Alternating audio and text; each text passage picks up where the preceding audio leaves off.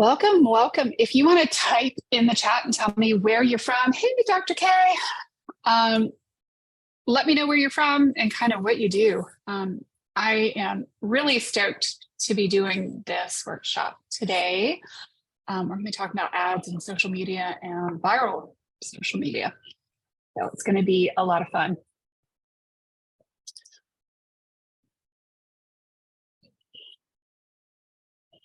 Cool. Restaurant owner in Clayton. I got some ideas for you. It's July, isn't it? It is July, yes. Hello, welcome, Elizabeth. Hey. Good to see you. Good to see you too. Good to see you. We've got about, I think, 20 or 30 people signed up, so we'll see how many people actually come. I'm hoping that this is useful and helpful for people. And maybe it will help you question everything you've done with your social media. Because I'm seeing a lot of things that people are doing over and over and over again with social media management that is like, and then I see the comment of, oh my gosh, I've been shadow banned. And I'm like, you probably haven't actually been shadow banned. I think I know what's going on with your social media. But, you know, if I can help even a few small business owners do things a little bit better, then I'm really excited. So that said, we are recording today, so I will be sending out a recording at the end of this. I'm going to go ahead and mute you, Elizabeth, just in case for background noise. If you want to unmute yourself at any point, you can raise your hand and ask a question. I'll be happy to answer any questions. And we're going to also answer questions at the end of this workshop. So with that in mind, I am going to actually share a screen with y'all first before we do this, so you kind of get a feel from where I'm coming from. So I'm going to share my initial screen with you is actually my personal Facebook account. These are my current stats on my personal Facebook account. Post reach 23,222,792. Post engagement 2.2 million. New profile followers 8,200. Who wants those kinds of numbers in their business, right?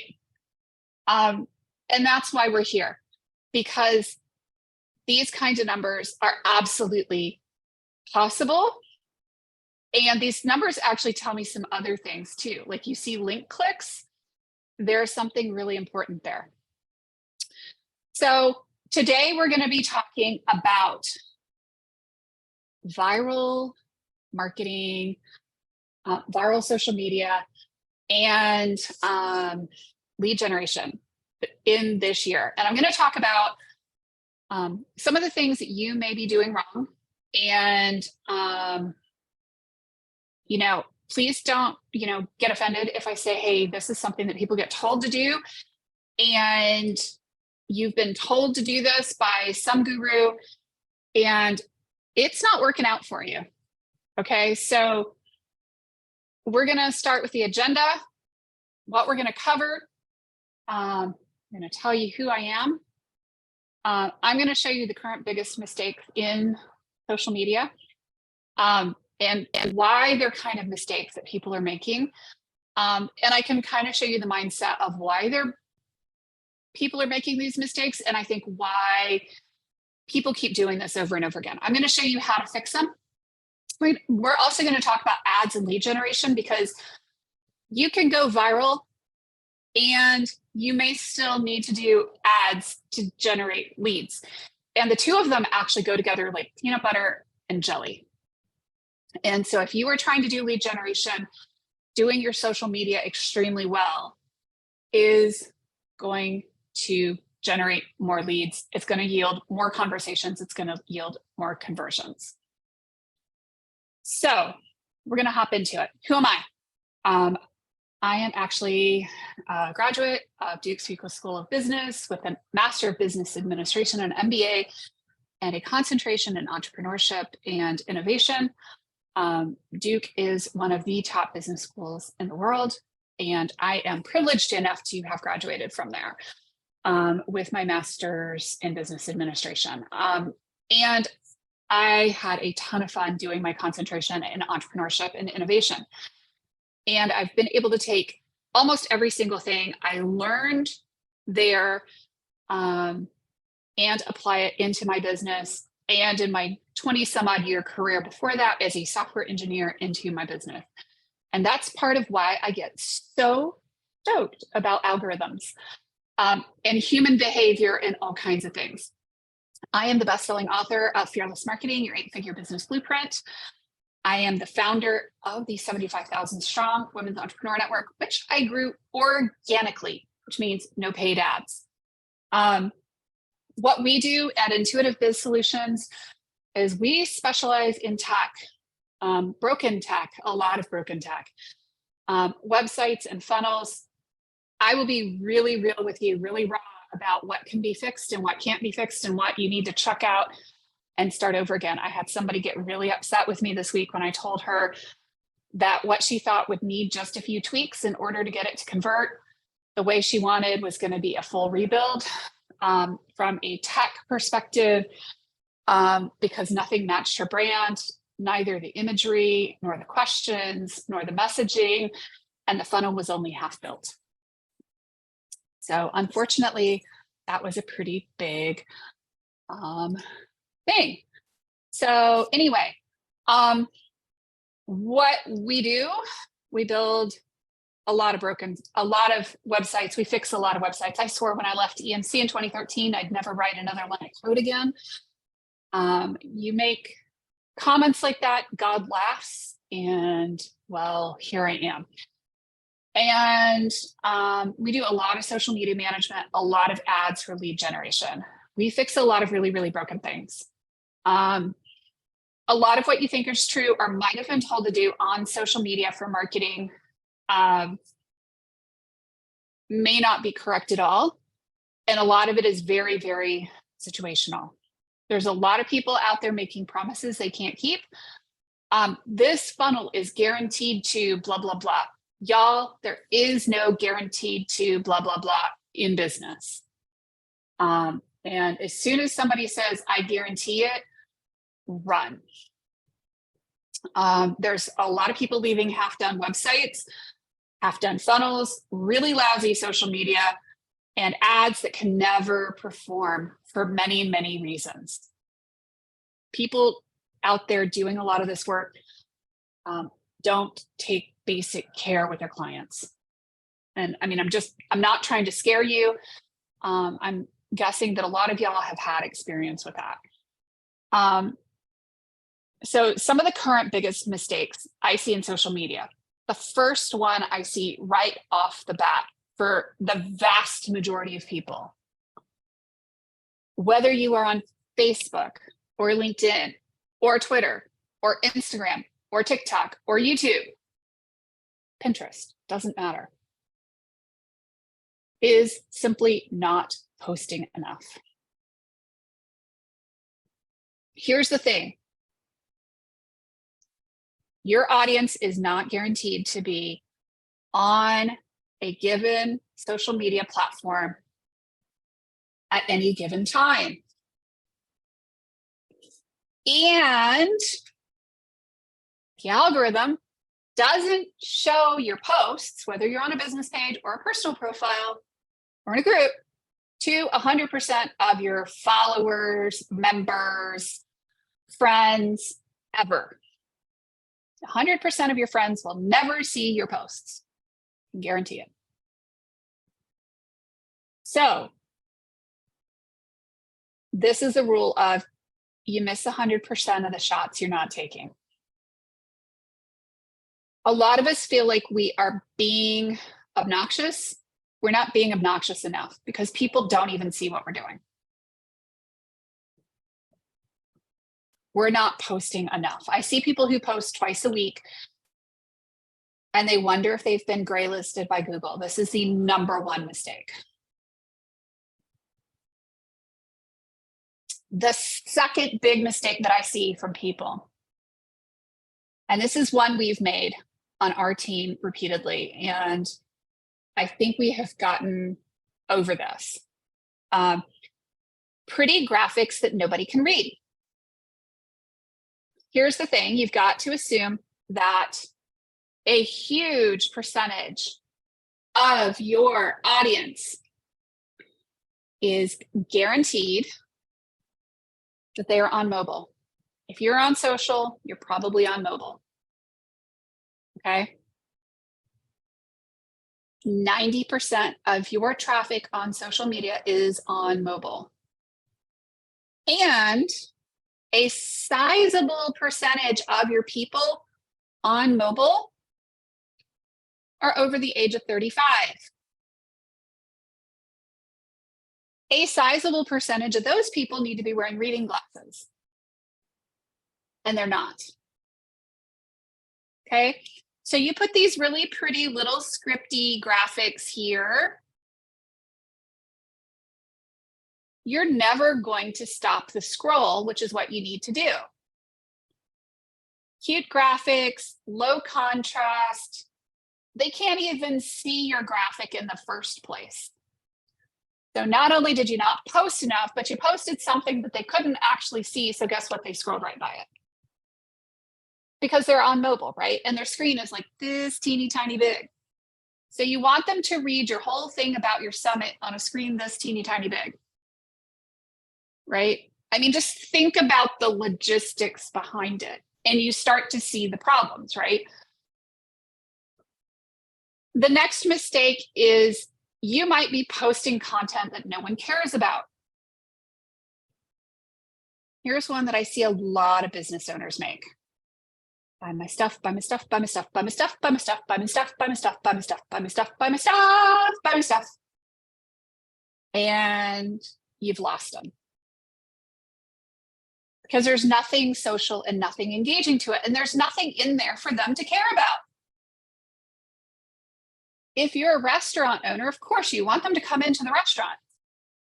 Show them some pretty food porn, right? Show them some pretty pictures that they can relate to. But don't put text all over your graphic of your pretty pictures. That's what the captions are for. Make it Instagram worthy. Give them a reason to want to engage. The other thing I see is link posting. Please, for the love of bacon, don't create a graphic with a link on it, or put a link in your post, or better yet, post a link in the first comment. Please don't do that. Don't do any of those if you can help it. If you're trying to get people to register for an event or a thing, say, hey, I'm doing this event. Do you want any info? Question mark. People will say yes. Then you can send them the info. If you're DMing somebody, direct messaging somebody, DM them and say, hey, I saw you responded to my question about such and my offer for such and such. And be really specific about what you offered for 2 reasons, both of which have come back to bite me in the rear end. First of all, I can't remember who I talked to, and I can't remember what the offer was. I can't remember, right? So people don't always see your DM immediately. So you message and you say, hey, you indicated that you were interested in more information about XYZ workshop. Are you still interested? Question mark. Yes, I'm still interested. Okay, here's the link to register.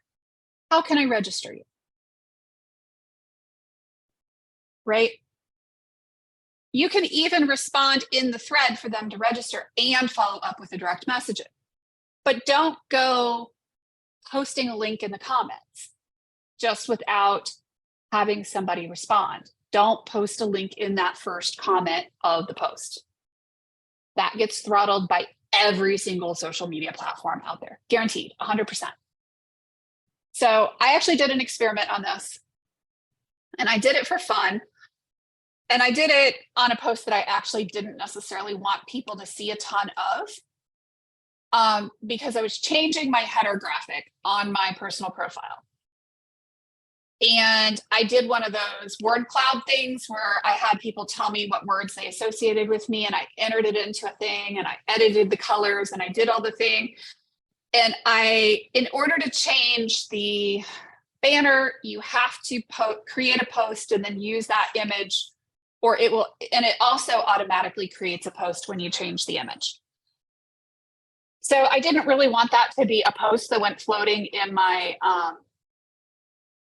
feed. So I actually posted a link on the first comment that was the cloud generator that I used to generate that, because I was like, oh, that's kind of cool. And then I wanted to see what kind of reach that post would get. So y'all have seen my profile. You can extrapolate. I get at least a few views on most of my posts, usually a few thousand views. Anybody want to type in the chat and tell me how many views I got when I posted that link in the first comment?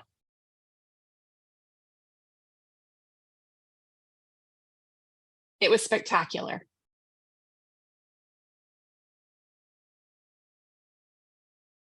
Patty is closest to the pin. I got like literally one view on that post, and it was probably me or somebody that went scrolling through my feed. It was crazy. Jay, yeah, there is a chat.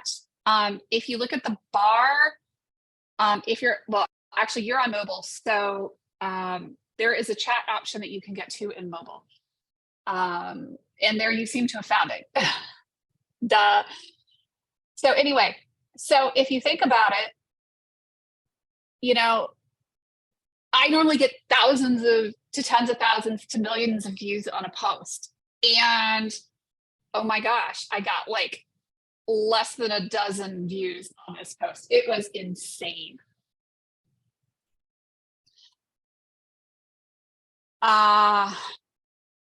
Yeah, so that post of one again, I literally was changing my header banner and then I posted the link to it in the first chat, in the first comment. That's the only one that's done like that. I could go digging through my results, but it will be like way down my personal profile. The other thing that tends to generate really poor performance for posts is you create a graphic like for an event or something, and you put text all over it.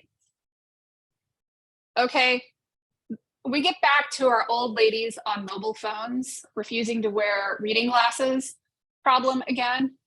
Okay, people can't see it, and if they can't read it quickly and scroll on by, they're not even going to give it a like or a share because they can't read it. How do you get around that, right? Say you are doing an event. You can post really cool looking photos a la Instagram. And I can promise you that the post will actually do better if you do a regular post and then you do a description and you say, you know, here's the info. And if it's an event, create an event on Facebook with a link to the ticketing site. You can actually post that link to that event all over Facebook or all over whatever platforms. If it's a meta platform, you can actually do it on Instagram too. And, you know, you have your event and your link tree info and all of that, and it'll be fine. Because you can't really post links inside of Instagram. But if you have a link tree that has that event, perfect. You know, so be judicious about your graphics. Be very, very judicious about your graphics. Humans are remarkably visual creatures. We input thousands of pieces of data per minute through our eyes into our brains. So when you think about what people are going to interact with, think high contrast, black on white, white on black. Okay, make it so that somebody with low visual acuity can actually read the post. And you can even add a description in the first comment of the post if you want to do that. That is double extra bonus points for ADA. And it will make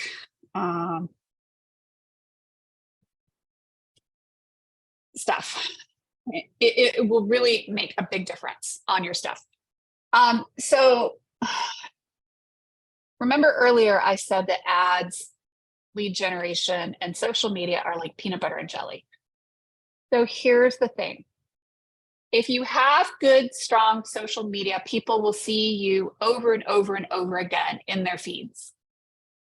And then you can hit them up with a call to action in an ad for relatively nominal cost. So the biggest mistakes I see in ads or lead generation are basically not driving traffic to a specific landing page. So say you own a carpet cleaning company and you want to do commercial carpet cleaning for the month of August, and you're going to run ads for commercial carpet cleaning. One of the biggest mistakes people do is they run ads to the front page of the website. Blech. Right?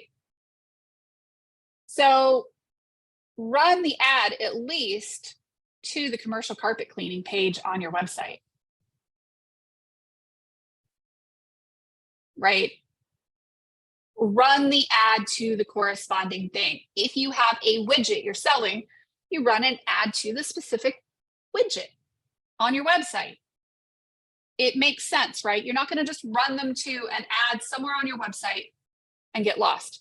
I cannot tell you how many times I see people run ads and they just go to the front page of the website and they get lost because a lot of marketers are really freaking lazy. The other thing I see a lot of is not using a subtle layered approach. And so when I'm talking about a subtle layered approach, if you're running ads for, say, a business page on Facebook, you're doing a like campaign at $1 to $2 per day that's targeted to your ideal audience. Right? So you're building a following, $1 to $2 a day. It might even be $5. Okay. $5 would be a lot in a lot of cases. And then you maybe have yourself doing some really cool video.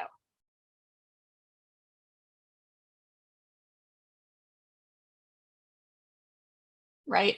And then you do more and more and more, and eventually you drive them to a call to action. It will actually drive your cost for conversion way down. One of the things that people do is they spend way too much money way too fast. There is a yield curve when we look at ads. And what people don't realize is that they start spending money, $20, $30, $50, $100 a day. You may have shot right past the top of your yield curve and be like 3 standards of deviation out. And you're way out here on the tail end. So your cost for conversion is like super high.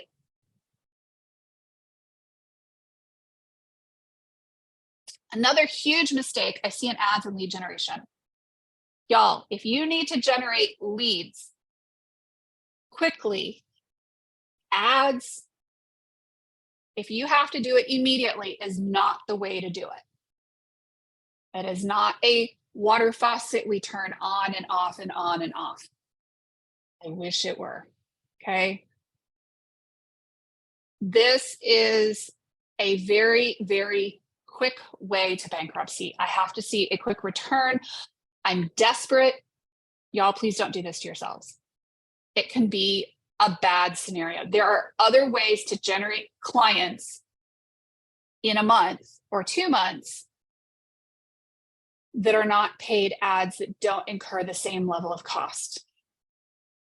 Needing a super quick return is not a good place. And if you hire somebody to do ads for you, please work with them and make sure that they're doing all the things and giving you all the reporting and doing what they're supposed to do, and know that it can take a hot minute for your ads to really, really pay off. The other mistake I see, depending on funnels that worked 3 years ago. That is so 2020. And y'all can laugh, but it's true.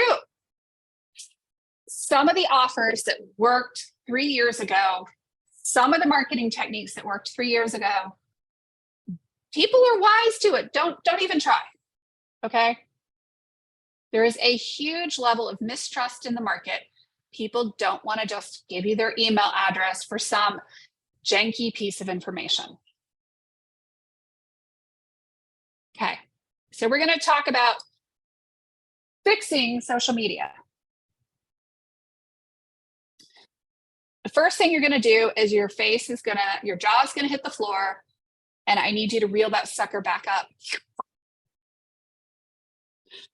And close your mouth. And no gaping like fishes, please.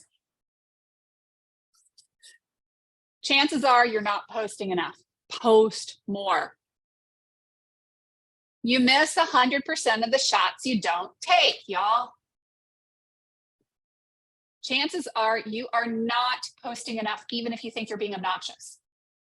Once or twice a week isn't going to cut it. Post it daily, get to a daily cadence, and then increase it at least 2 to 3 times a day, preferably more like 4 to 6 to 8 times a day. Thanks, Tina. And I know y'all are going, oh, I could never. There's ways to do this with tools, y'all. Chat GPT into a spreadsheet, bulk create in Canva. There's ways to do it. And what's cool is you can create 50 of this, 50 of this, 50 of this, 50 of this, 50 of that, 100 of this, 100 of that. Suddenly you have a lot of graphics. And Tina, you can post pictures of food all day long. Here's your daily food porn picture. Here's our daily special. Here's what we're having for lunch today. Here's a favorite martini. Here's today's drink special. You can go hog wild with that. And you don't even have to have the most amazing photos. That's mostly just Facebook, Instagram, and Twitter. LinkedIn, you're going to want to be posting probably a couple of times a day, preferably spreading them apart. If a post is doing well, don't post on top of it. But you do want to increase your posting on LinkedIn too, to at least daily, preferably usually 2 or 3 times a day. I find that if I'm manually posting and I'm doing some of the things that do well on one platform, sometimes do really well on another. And sometimes if I post it on another platform, it completely falls flat on its face. Can you use the same post at different times during the week? Not during the same week. I would not keep posting the same thing all over the place. I would use a post and then you wouldn't see it again for 3 to 6 weeks or a few months. Reusing content is a great way to go here. And you don't want to keep posting the same thing over and over again. If you change the graphic, sure, go for it. You can create 50 different iterations of the same 50 graphics. And you can go a long way with that. Keep your graphics really, really simple. Back to the old ladies on their phones and people being totally distracted. And remember, the people being on their phone, the effect on the brain is very, very similar to being high all the time. The way that we multitask, the way that we engage with social media is a lot like being high on marijuana. The effect on the brain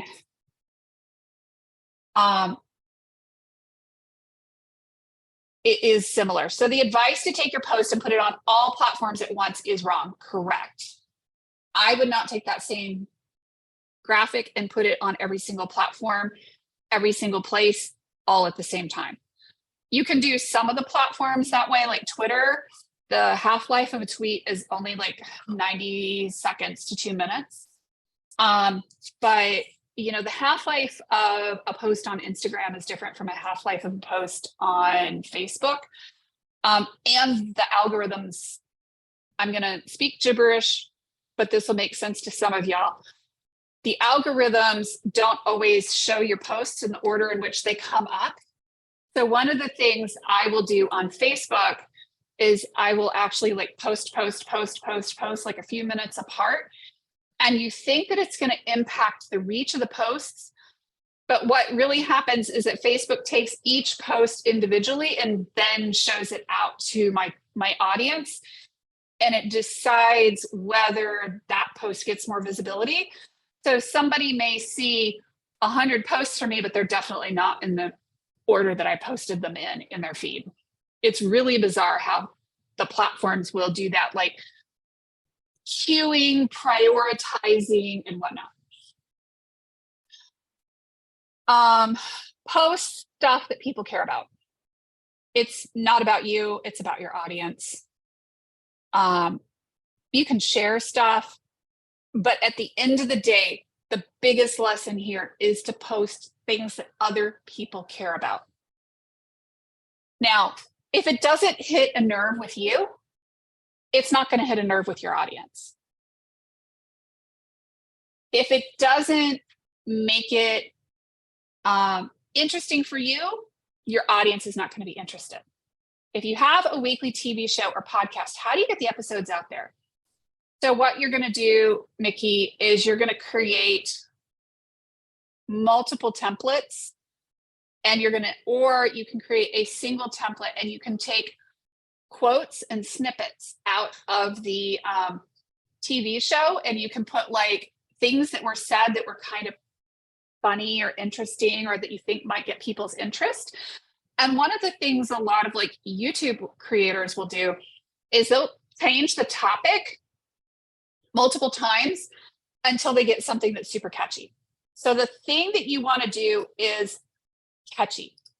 And you want to share it out all over the place. The other thing you're probably going to need to do, Mickey, is put a bunch, and I do mean a bunch. So say you take 20 to 50 quotes from your TV show and you put them all into a spreadsheet. You import them into Canva, bloop, bloop, bloop, bloop, bloop, bloop, bloop, right? And you do this like 10 times. So you create 10 different templates with 50 graphics or 25 graphics each. You've suddenly got 10 templates, 25 graphics, 250 graphics. And you take them and you mix them up and you start sharing them all over the place.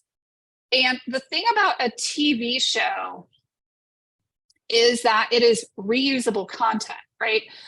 So you're going to post most often about a TV show episode when you release it, but then you're going to keep promoting it and promoting it and promoting it and promoting it, because one of the biggest mistakes a lot of creators make is that, oh, that book is so 2017, right? Or that piece of content is so last year. But that piece of content may be getting a ton of views and maybe getting a ton of traction. And if you nudge on it just a tiny bit, it may get even more traction, right? So once you put something out there, you've been a guest on a podcast, you've been a guest on a TV show, your individual episodes, you keep promoting them over and over and over again. Keep creating graphics and then putting them out, and then reuse the ones that do well on Twitter, on Pinterest, on Facebook, and even occasionally on LinkedIn. Just don't do it the same thing right on top of each other, all at the exact same time. But you can absolutely post about your TV show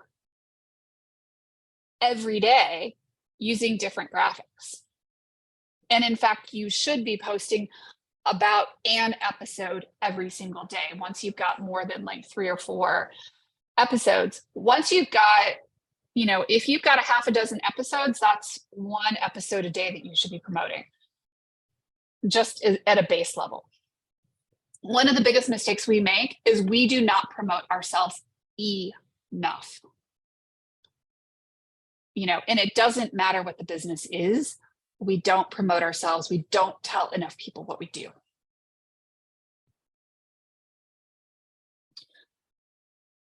How to fix lead generation.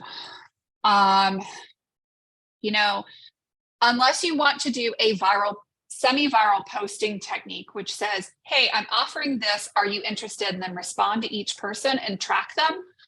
You might need to pay to drive traffic to a landing page. You may want to do both. If you want to drive traffic to a specific landing page or to a specific offer, you might need to pay.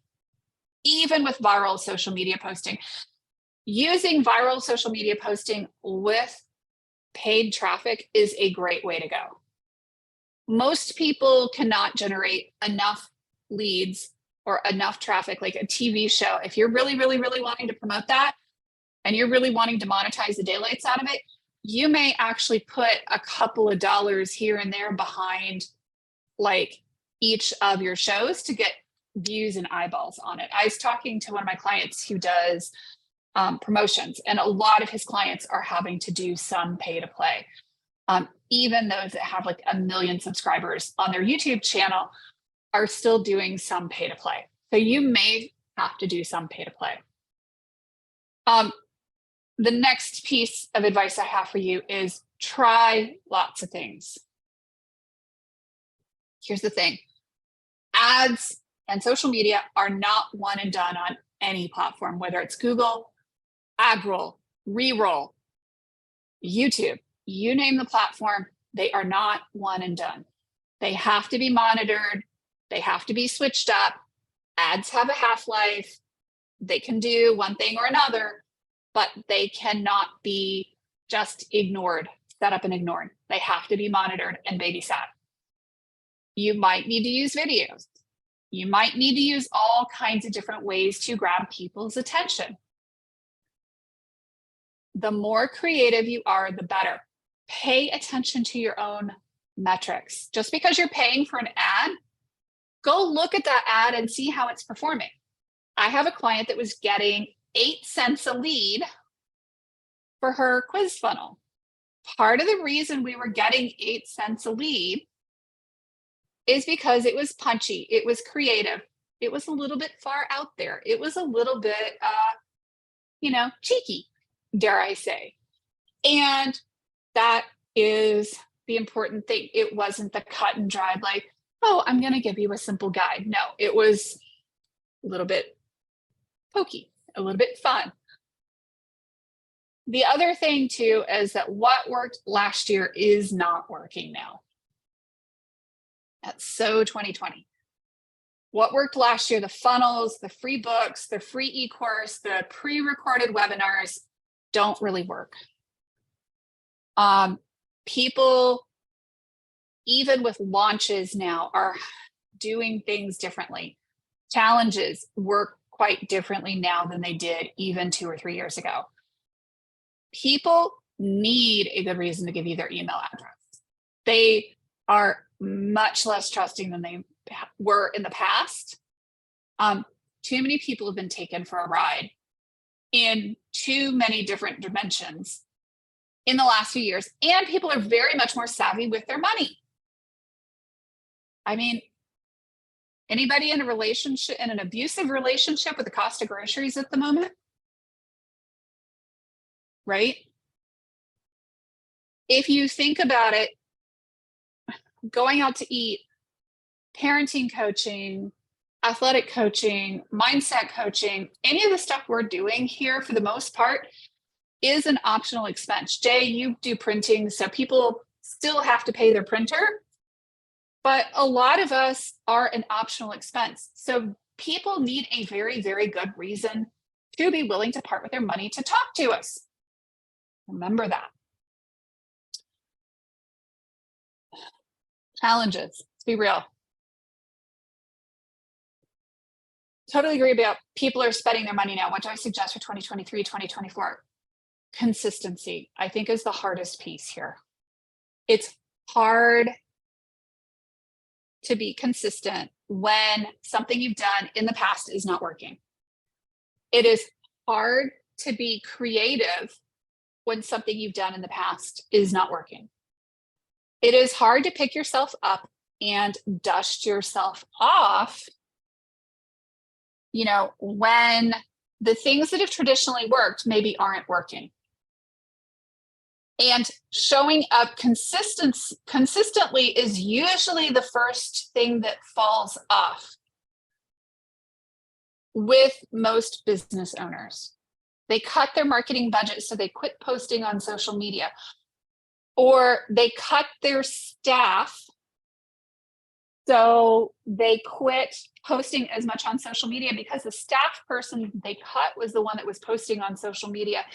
And I'm not immediately seeing the difference in the drop off in traffic to my store or my restaurant, so I'm not as worried about it, right? Because it's not an immediate problem. So the first thing that goes a lot of times is consistency. The biggest thing you can do right now is be consistent and have real conversations with people and build real relationships. If people know that you care about them consistently, they will be much more likely to invest with you, to buy your stuff. If they don't find you interesting or relatable or any of the things, they're probably not going to buy your stuff. They need to feel appreciated. They need to feel the love. They need to feel the connection.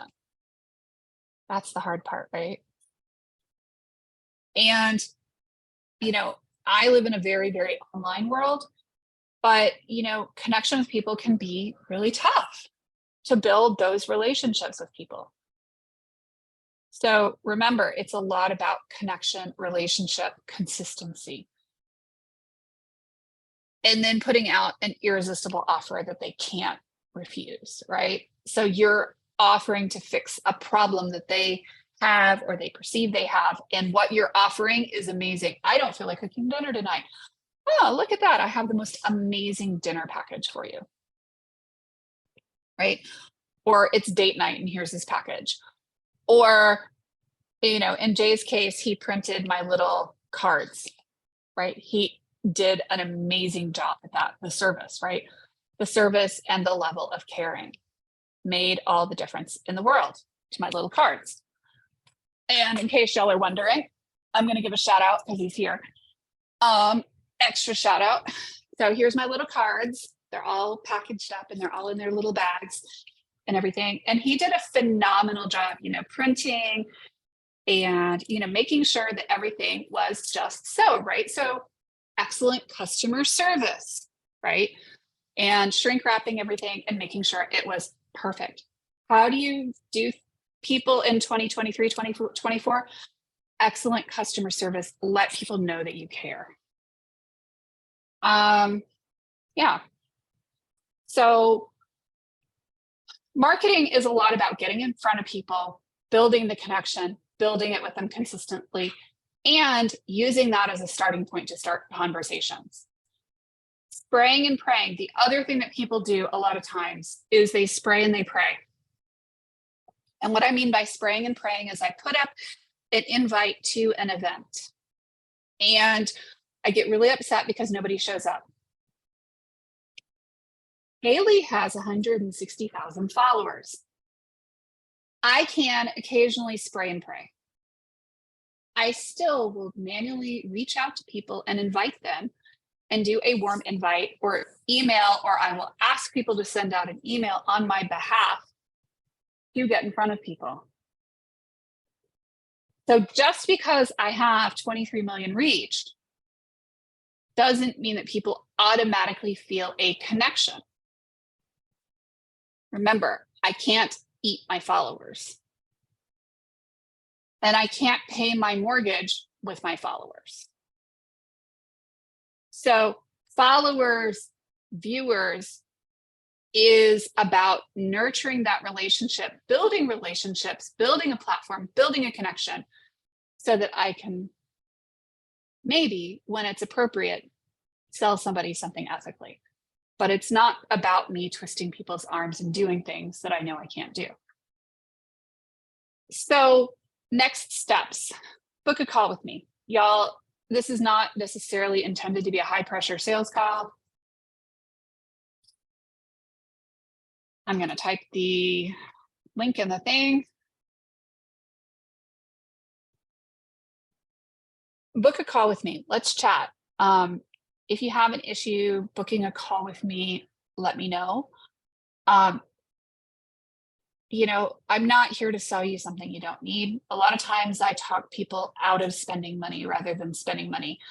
And then sometimes I'm going to tell you, yeah, that thing is not salvageable. You're not going to be able to get much out of that. It has to be completely redone. Or it could be like the lady who called me today with the Shopify account that's 3/4 done, and she just needs a couple of pieces hooked up and verifying that her shipping and her payment portals and all that stuff work. So, you know, let's talk, let's see what you actually need. And, you know, let's build a relationship. So I want to say thank you. Thank you for spending time with me today. I appreciate your time.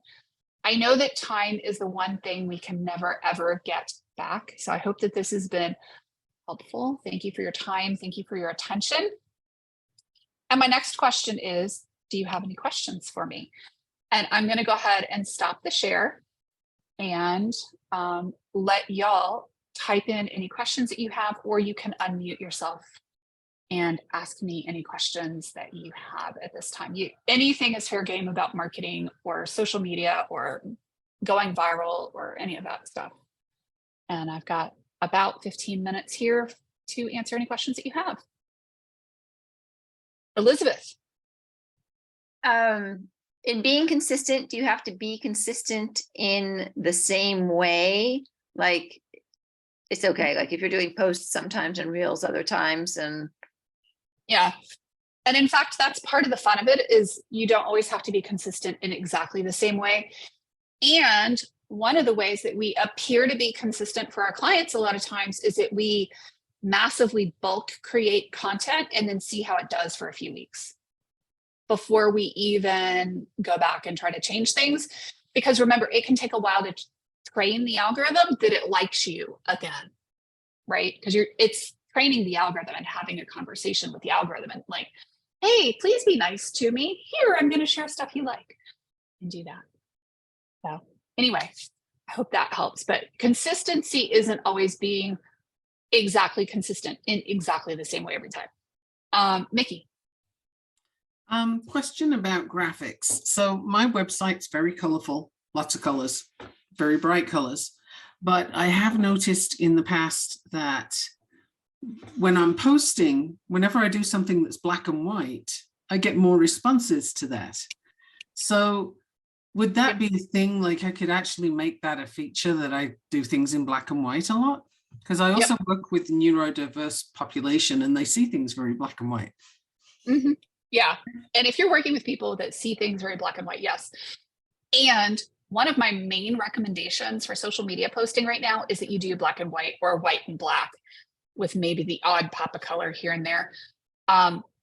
But if you're thinking about your audience and how they're interacting with the platforms, they're always interacting 95% of the time, very huge percentage of the time on social media on their phones.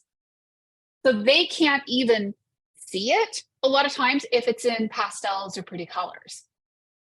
Like, you know, these cards have done really well on Facebook because of the high contrast between black text, pale colored background, and then there's a pretty little frame around it. But it's black and white. It's literally black and white because of that same thing. And I know that people just can't see it. And visual acuity is a real issue for people. And I feel like a lot of our environments that we're in don't necessarily take that into account. Agreed. Thank you. That's awesome. Welcome. Thank you. Darlene. I really do want to give a shout out to you, Haley. This has been very, very, very helpful. And I want to give out a shout out to Haley because I know when I very first met Haley about a year ago, we had a conversation and she did basically talk me out of paid ads because I wasn't ready for it. So, she's definitely not high pressure. and it was so wonderful to be able to talk with her and to be able to get the information that I needed for my for my business. So it was great. So thank you, Haley. It was wonderful. Thank you. Yeah, paid ads, just for a frame of reference for y'all, from my perspective, is don't start doing paid ads until you have budget to A, waste for 3 to 6 months, and B, until you have $8,000 to $10,000 a month in income most of the time, with a few minor exceptions. E-commerce is kind of one of those little exceptions. Like, you've got your fulfillment nailed down, you've got all these things. Start running low level ads there if you teach yourself how to do them. But when you start looking at return on an investment and numbers of leads, how many people can you actually serve? We have those kinds of conversations. Mickey, if you're just doing mostly promotion of the TV show, it may make sense to do some paid reach in small quantities.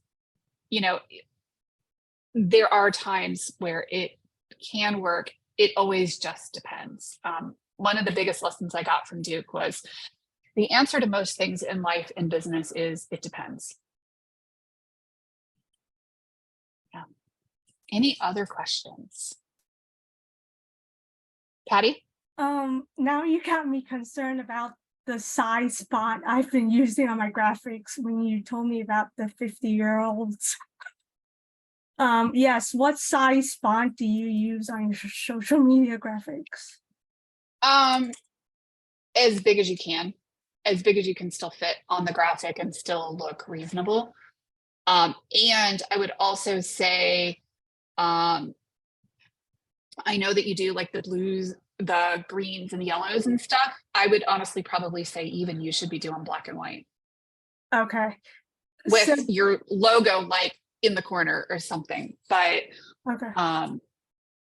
I would keep it very black and white because of that. Yeah. Okay. So you don't really like the sporty pics that have an athlete on it? So what I would do, if you have a sporty pic with an athlete, just have the sporty pic with the athlete and no text. And then put a description. Right? Okay. Makes sense? So Yeah. then what you're doing is you're kind of mixing Instagram worthy, Pinterest worthy pictures with the text in the description, and you're not putting the text on the graphic. Keep the graphic super simple. I've developed for 2 years, that text on the graphic. Yep. And it's something that I've been testing lately, and I'll tell you that's what I'm finding. Okay. Should everyone eventually expect to advertise on social media at some point? It depends. It depends on what your business is, how many clients you can take, a lot of things. If you have lower cost products with a high profit margin, it could be phenomenal. But if you can only take 10 clients at a time, 10 clients a year that are full-time, maybe not. Oh, boosting. There's only one instance in which you ever boost. And 99% of the time, I don't even do that. Boosting only back away from the boost button, please. It's a huge money suck. I have a friend who owns a beauty salon in the country of Georgia. She was boosting stuff, never got anything. I'm like, you have to run it through the ads manager. Boosting only on videos and reels, maybe, but the problem is the targeting is not the same. I would prefer to create an ad campaign using the video so that you can get the better metrics. Excellent question. Boosting is a bad idea for most applications. Not all, but most. Kim? Hi, Haley. Hey. I just want to say how much I appreciate over the last couple of years being around you.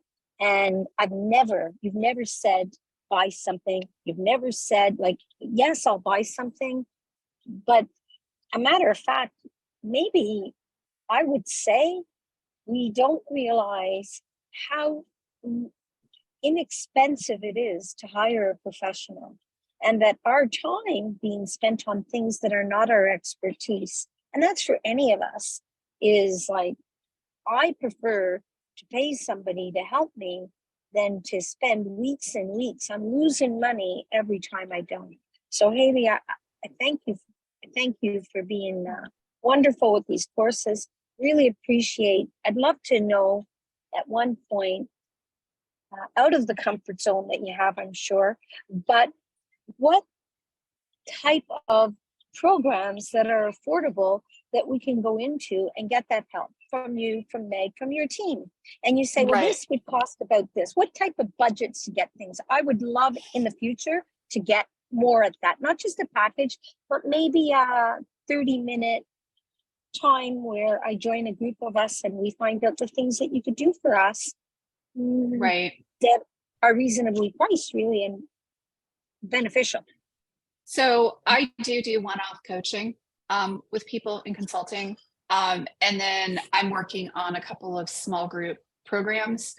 And then I also do a catch and release program where basically it's a one-off session.